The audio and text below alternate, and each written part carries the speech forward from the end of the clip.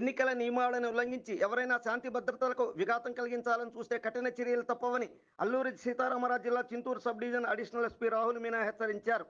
కాగా ఏజెన్సీ ప్రాంతమైన మోతుగూడెం స్టేషన్ పరిధిలోని అన్ని పోలింగ్ స్టేషన్లను సందర్శించిన అడిషనల్ ఎస్పీ ఆయా చోట్ల ఏర్పాట్లను పరిశీలించారు.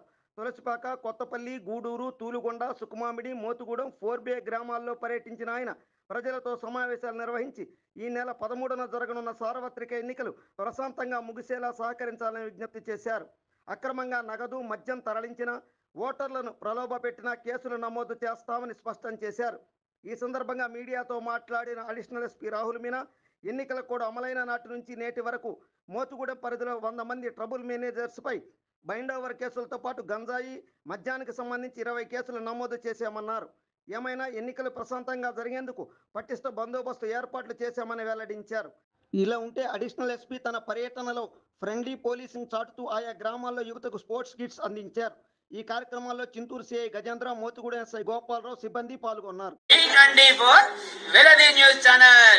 అందరూ చూడండి, ఆనందించండి, లైక్ చేయండి, షేర్ చేయండి, సబ్స్క్రైబ్ చేయడం మర్చిపోకండి.